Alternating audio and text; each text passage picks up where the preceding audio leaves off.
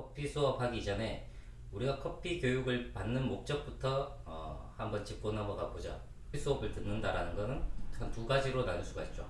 홈카페라는 게 있고 홈카페 하고 바리스타라는 게 있습니다. 이 둘의 차이는 뭐냐면 아마추어와 프로의 차이죠.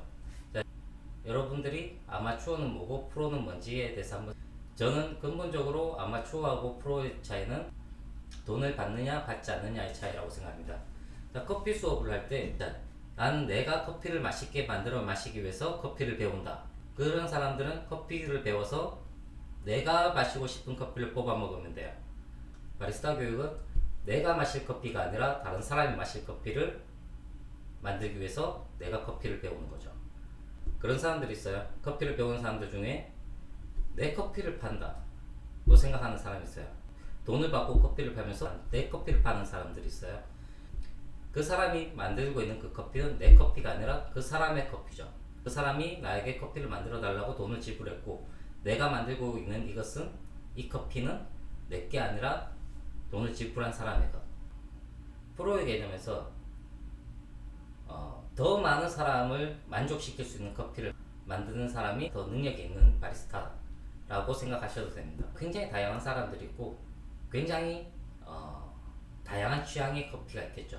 우리가 만들어내는 커피를 좋아하는 사람들이 많으면 많을수록 그 보상은 돈으로 오는 거죠. 더 많은 사람들한테 즐거움을 줄 수 있는 커피를 만들 수 있으면 그 사람은 돈을 번다. 그 방법 중에 한 가지는 어떤 한 가지의 커피를 가지고 이걸 완전히 히트를 시켜서 돈을 버는 수도 있겠고, 자기가 만들 수 있는 커피 스펙트럼을 넓혀 가지고 그 안에 많은 사람들을 담을 수 있으면 그것도 또 방법이겠죠. 그래서 바리스타들은 커피 공부를 굉장히 폭넓게 해야 됩니다. 뭐 이 수업을 듣는 사람들이 그냥 난 취미로 커피 수업을 듣겠다, 커피는 늘 먹던 거니까, 늘 먹으니까 한번 들어보겠다라는 마음으로 커피 수업을 들은 사람도 있을 거고, 아니면 장래에 커피숍이라도 한번 할 수도 있지 않을까 하는 마음으로 커피 수업을 듣는 사람도 있을 거고, 아니면 진짜 커피가 너무 좋아서 커피로 밥을 먹고 살고 싶다 라고 생각하는 사람들도 있겠지만, 자기가 처음에 시작할 때 어느 방향으로 나는 내 커피를 만들 것이냐, 나는 내가 열심히 커피를 배워서 다른 사람들이 만족하는 커피를 만들 것이냐, 그 갈림길이 나중에 시간이 지나면 엄청나게 큰 차이를 만들어냅니다. 커피를 공부를 이제 시작을 한다고 하면 어느 정도 단계를 거치면서 공부를 하는 게 시행착오를 훨씬 줄입니다. 그리고 좀 더 정리가 쉽게 되고요. 자, 커피를 공부하려고 하면 제일 첫 번째 해야 되는 것이 맛보기죠. 커피 맛보기가 중요한 이유는 내가 마시는 이 커피가 좋은 커피냐 나쁜 커피냐, 올바르게 추출이 됐느냐 추출이 되지 않았느냐, 이런 거를 보려고 하면 커피를 맛을 볼 수 있어야 돼요. 이 맛을 본다라는 거는 그냥 단순하게 내가 맛있다 맛없다 이런 개념이 아니라 이 커피를 분석할 수가 있어야 돼요. 커피를 배우려고 하는 사람한테 늘 하는 얘기가, 이제 내 입에 맞는 커피란 없다고 생각해라. 이제 커피를 마실 때마다 생각을 하라고 해요. 마실 때마다 이 커피에 대해서 왜 이런 커피 맛이 나느냐에 대해서 생각을 하라고 해요. 우리가 만약에 고추를 맛본다고 했을 때, 고추도 맛있게 매운 고추가 있고 맛없게 매운 고추가 있겠죠. 근데 이 두 개가 맛있게 매운 맛인지 맛없게 매운 맛인지를 알려고 하면 첫 번째로 뭘 할 수 있어야 돼요? 내가 매운맛을 먹을 수 있어야 되는 거죠. 내가 매운맛을 먹을 수 있어야 이 고추가 맛있는 매운맛이다 맛없는 매운맛이다 라는 걸 구분할 수가 있죠. 만약에 내가 매운맛에 익숙하지가 않으면 맛있는 매운맛을 갖다 줘도 으아 매워, 맛없는 매운맛을 갖다 줘도 으아 매워, 두 개는 똑같은 게 되는 거죠. 그냥 매운 거. 다른 예로 들면 캡틴 큐하고 로얄 살루트가 있다 라고 했을 때, 내가 40도 술을 마실 수 있는 능력이 안 되면 캡틴 큐를 줘도 으아 탄다, 로얄 살루트를 먹어도 으아 툭하네. 두 개가 똑같은 술이에요.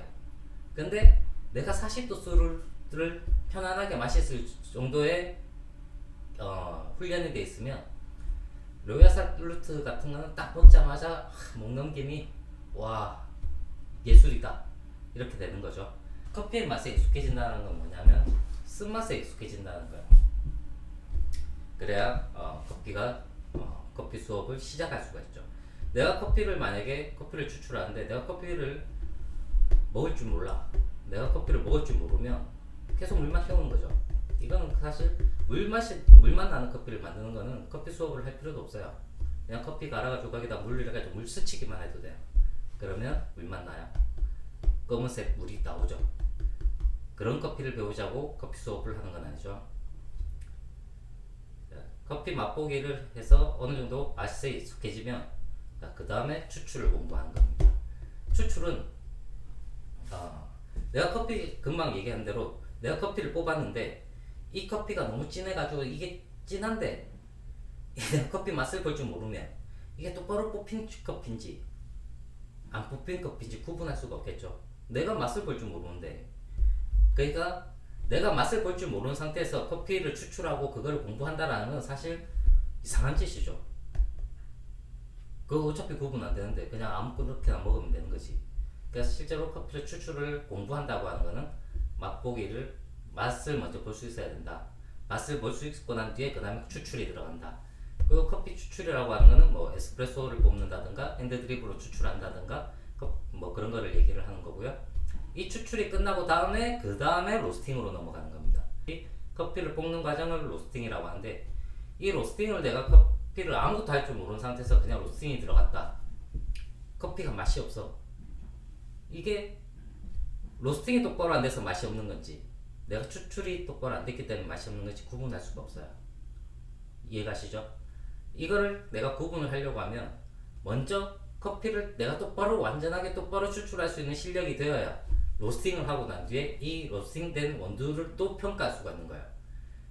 그게 안 되면 이 순서대로 가지 않으면 의미가 없는 거죠. 이 순서대로 가지 않으면 내가 커피를 뭐 추출도 할 줄 모르는 상태에서 로스팅을 했는데 이게 뭐 결과가 왜 맛이 없는지도 알 수가 없다라고 하면 이거 공부하는 의미가 없는 거죠. 그냥 볶는 거지. 그냥 볶을 수는 있죠. 근데 10번을 볶든 100번을 볶든 1000번을 볶든 간에 실력 향상은 되지 않아요. 그러니까 이 순서대로 어떤 단계로 딱 넘어가야 볶을 때마다 실력이 향상이 될 수 있는 거야. 뭐가 잘못됐는지를 찾아내고 그 생각을 할 수가 있어지는 거지. 이 다음에 하는 게 또 맛보기예요. 그래서 추출해서 우리가 추출 단계에서 커피를 맛본다라는 건 사실 물맛만 찾아내면 돼요. 이 커피가 추출이 잘 되느냐 안 되느냐. 그러니까 바디감이 어떠냐, 물맛이 나느냐, 바디감, 물맛, 그 다음에 추출 오버 이 정도의 맛만 찾아내면 되는 거야. 추출할 때 맛보기는. 근데 로스팅할 때 맛보기는 이 커피의 쓴맛이 어떻고 신맛이 어떻고 그 뒤에 맛은 어떻고 조금 더 복잡해지는 거죠. 그래서 실제로 커피는 제일 어려운 게 뭐냐 하면 맛보기예요. 저도 커피를 하지만 맛보기가 제일 어렵다고 생각해요. 맛보기, 추출, 로스팅까지 제 생각에 한 3년 정도는 최선을 다해서 커피만 생각하고 덤빈다면 어느 정도 수준에 오를 수 있을 거다. 저는 그렇게 생각합니다. 이번 영상에서는 커피 수업을 제대로 진행하기 이전에 어떤 방향성을 잡는다라는 개념에서 제가 이야기를 풀었고요. 이야기를 듣는다고 고생하셨습니다.